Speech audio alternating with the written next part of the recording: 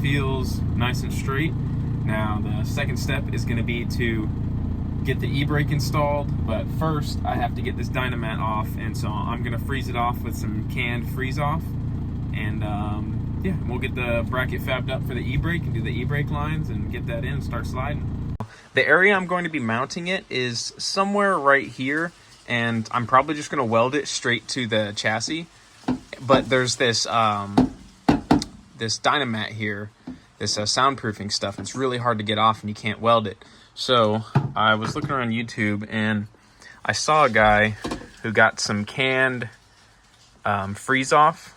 So apparently this is like the equivalent to dry ice and gasoline trying to freeze it off. So I'm gonna do a little demonstration. So you just spray the shit out of it, get it nice and cold. Then he was taking a hammer, but I think you could probably get it off with just a flathead.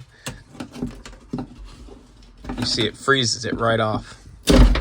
So, yeah, look at the whole piece. So as you can see, the freeze off took no time at all. Small bit of residue left, but as far as the Dynamat, it's all up. This can was about $10, I think, and I'm probably about halfway through with it. But yeah, no, it's not too bad. Once you hit it with a hammer, loosen it up, it comes right off. So now we're working on getting the e-brake installed. Well, at least getting the bracket mocked up. And I was sitting in the chair and just seeing what would feel better without hitting any of the gears. And I made a little mark right there to line it up. And I think I'll make a bracket so the e-brake can sit about right there.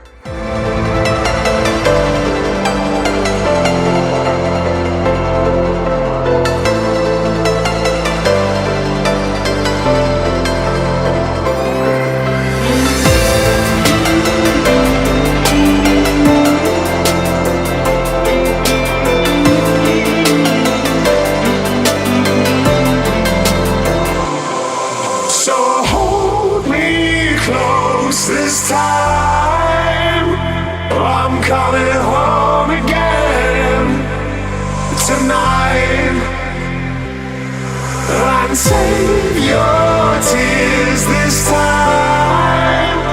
I'm coming home again to make it right.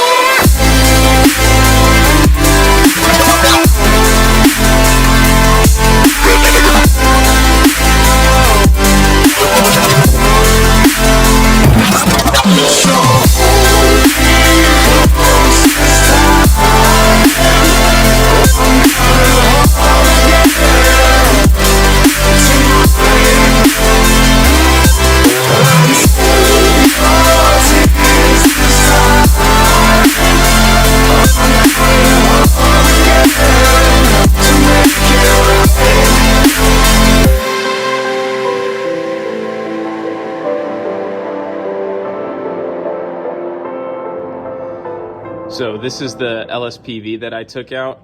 As you can see, this boot was torn and it was really rusty in there. And I mean, I think it was still operational. Nothing was leaking, but I figured it'd be best to get that out of the way because I didn't want it to cause any issues with the e-brake. So when you delete this LSPV, all you're doing is you're gonna remove this line right here because there's two lines running to the LSPV going to the back. You're just going to remove this line and plug it right there where it tees off and get rid of the LSPV.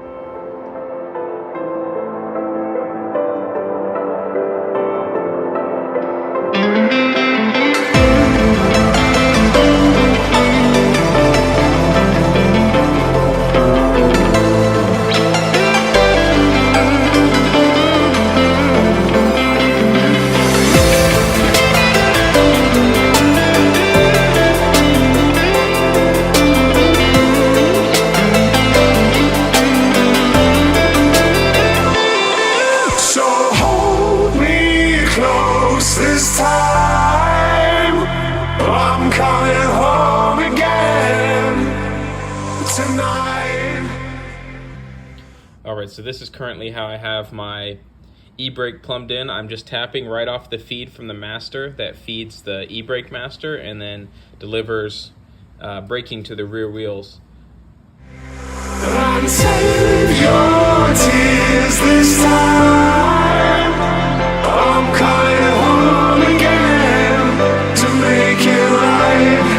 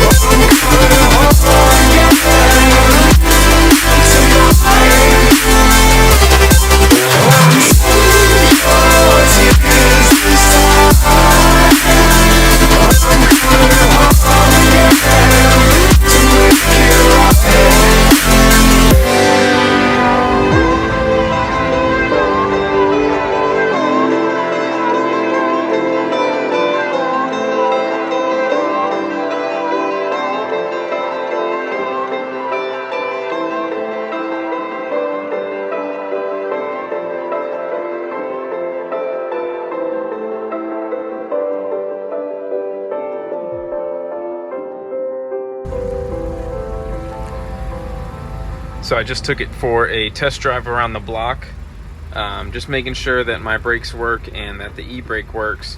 I mean, I don't really know how to use e-brake yet, but like it stops the car, you know. So I guess that's all that matters. But yeah, I noticed when you use the foot brake and the e-brake at the same time, they like work together. It's kind of strange.